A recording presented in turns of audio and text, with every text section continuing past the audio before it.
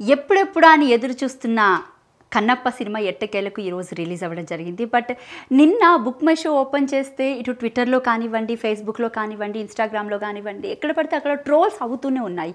But ఎట్టకేలకు ఈరోజు cinema release అయిన తర్వాత మిక్స్డ్ టాక్ అనేది అయితే రావడం జరిగింది. బట్ ఇప్పుడిప్పుడు చూస్తే పాజిటివ్ టాక్ అనేది వస్తుంది. అండ్ కన్నప్ప సినిమా విషయానికి వస్తే పాత సినిమాని కంపేర్ చేస్తూ ఇప్పుడు ఈ సినిమాని అయితే నిజం చెప్పాలంటే చూడలేం. బట్ ఎట్లేదన్నా మంచు విష్ణు కెరియర్లో the best out standing performance అని చెప్పాలి. ఎందుకంటారా, సినిమా లాస్ట్ 40 నిమిషాలు అంటే ప్రభాస్ వచ్చి ఒక 20 మినిట్స్ ఉన్న తర్వాత లాస్ట్ 40 మినిట్స్ అంతా కూడా సింగిల్ హ్యాండ్తో మంచు విష్ణు నడిపించారని ఓ పక్క నుంచి రివ్యూస్, అంటే సినిమాలు చూసిన వాళ్ళు రివ్యూస్ ఇస్తున్నారు. అండ్ మోర్ ఓవర్ ఇంకా ఈ సినిమాకి సంబంధించి ప్రత్యేకంగా చెప్పాలి అంటే, ఓకే ట్రోల్స్ అంటారా లేకపోతే ఈ విషయాలన్నీ పక్కన పెడితే కనుక సినిమాని సినిమాలాగా చూడ్డాం. బ్రహ్మానందం గారు చెప్పినటువంటి మాట ఏంటంటే సినిమాని సినిమాలాగా చూడాలి. సినిమాకి మనం ఎంత ఖర్చు పెడుతున్నాము, ఏం చేసాము, లేకపోతే ఎవరెవరు ఎంత ఎఫర్ట్స్ పెట్టారు అనేది మాత్రం ఇక్కడ చాలా ఇంపార్టెంట్ మ్యాటర్.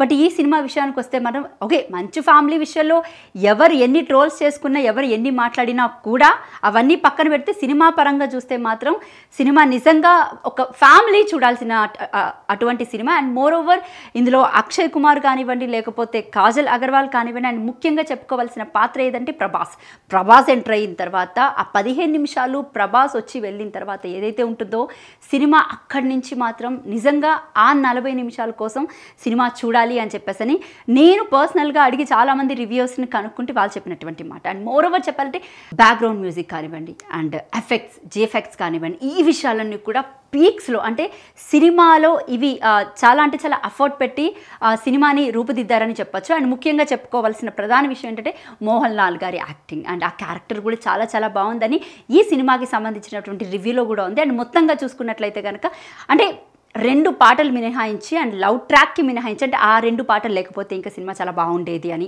అండ్ ఆ లవ్ ట్రాక్ అనేది కొంచెం సాగదీసుడు ఎక్కువగా ఉంది. ఆ సాగదీసుడు కూడా లేకుండా ఉంటే మాత్రం ఈరోజు సినిమా నిజంగా చెప్పాలంటే బ్లాక్ బస్టర్ హిట్ అని చెప్పేసి అని మాట్లాడుతున్నారు. బట్ ఎనీవే కన్నప్ప సినిమా మాత్రం చూసుకుంటే కనుక సినిమాకి సంబంధించిన ఏవైతే పాయింట్స్ ఉన్నాయో చాలా పట్ల, అంటే లాస్ట్ పాట ఏదైతే హరోం హర హరహర ఆ సాంగ్ కూడా చాలా బాగుందని.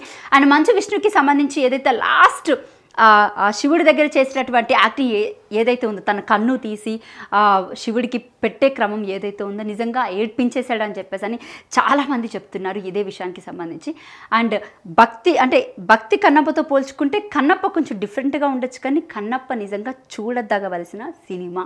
అండ్ మోర్ ఓవర్ ఈ ట్రోల్స్ అనేవి కూడా కాసేపు పక్కన పెట్టండి. బట్ సినిమా పరంగా చూస్తే మాత్రం నిజంగా సినిమా విషయంలో ఈ కొంతమంది ప్రధానంగా యాక్ట్ చేసినటువంటి సినిమా ఏదైతే ఉందో నిజంగా సినిమా చాలా చాలా బాగుందని అంటున్నారు. బట్ మనం కూడా ఒకసారి వెళ్ళి సినిమా గురించి అంటే ఇటు పబ్లిక్ని కూడా అడిగి తెలుసుకునే ప్రయత్నం చేద్దాము. బట్ సినిమా విషయానికంటే డివోషనల్ పరంగా, మైథలాజికల్ పరంగా సినిమా మాత్రం ఎక్సలెంట్గా ఉందని రివ్యూవర్స్ చెప్తున్నారు.